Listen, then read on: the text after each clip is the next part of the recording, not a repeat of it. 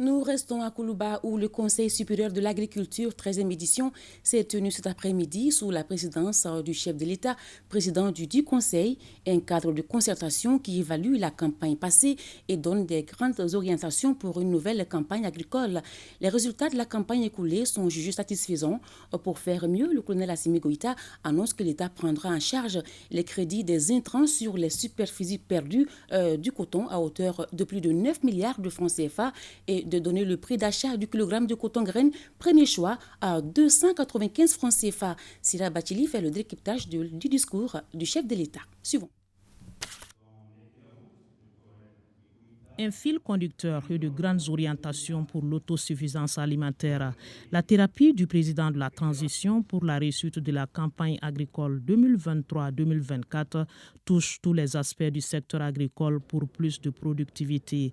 Un discours à trois pendants. D'abord, le rappel du contexte du Conseil supérieur de l'agriculture, 13e édition. Un cadre de concertation créé pour partager les préoccupations du monde rural, évaluer la campagne passée et les projections futures. Pour le bilan de la campagne agricole 2022-2023, des difficultés sont signalées, mais les résultats sont jugés satisfaisants avec une production agricole de plus de 8 819 000 tonnes.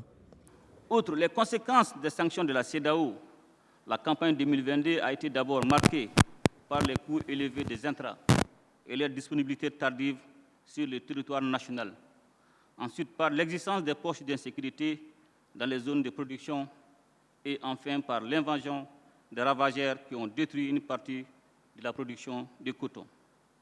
Malgré ces difficultés, les résultats de la campagne 2022 ont été jugés globalement satisfaisants.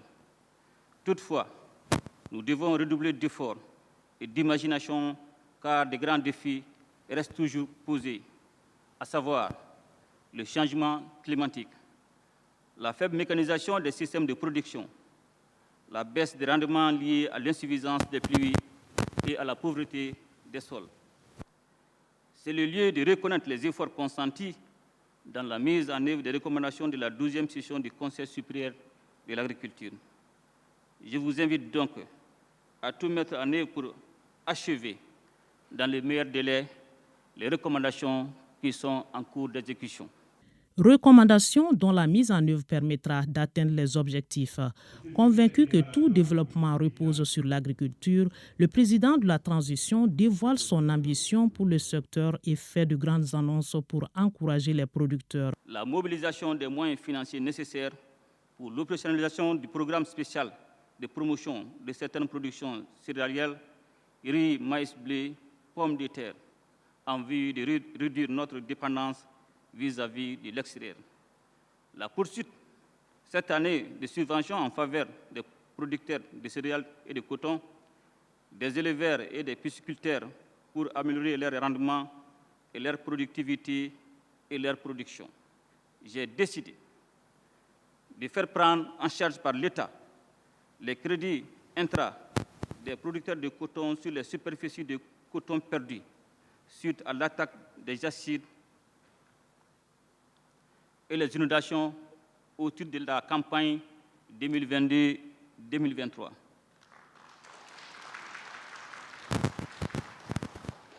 Un montant de 9 900 38 774 839 francs CFA. De fixer le prix subventionné de l'engrais minéral à 14 000 francs CFA par sac de 50 kg et celui de l'engrais organique à 3 000 francs CFA par sac de 50 kg. De fixer le prix d'achat de base du coton graine premier choix aux producteurs à 295 francs CFA par kilogramme. De maintenir l'affectation de 10% de la production de graines de coton aux éleveurs agréés pour l'alimentation du bétail et des bœufs de labour. Des programmes pour le cheptel, la pisciculture aussi sera développée avec les équipements pour les producteurs afin de développer ce sous-secteur pour qu'il soit plus rentable. Ainsi, en raison de son impact très significatif sur notre élevage, La même opération sera reconduite même si la première expérience a connu quelques difficultés dont je recommande d'ailleurs l'évaluation.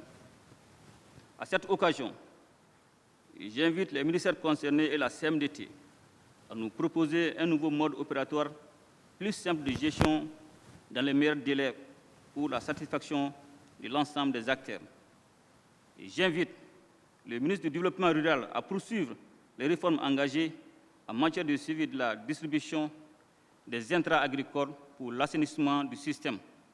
Je l'encourage à poursuivre également la promotion et l'utilisation des engrais organiques par l'intensification et le développement des filières agricoles, par la mise en place des organisations interprofessionnelles fortes, représentatives et ouvertes sur les marchés.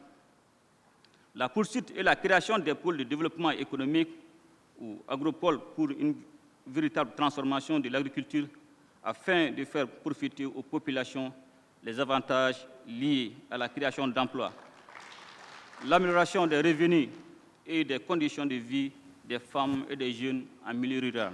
Un discours qui rassure non seulement en termes de directives, mais aussi et surtout de grandes décisions pour booster les productions agricoles, socle de la souveraineté. Pour la campagne 2023-2024, les acteurs tablent sur une production agricole de plus de 10 92 000 tonnes.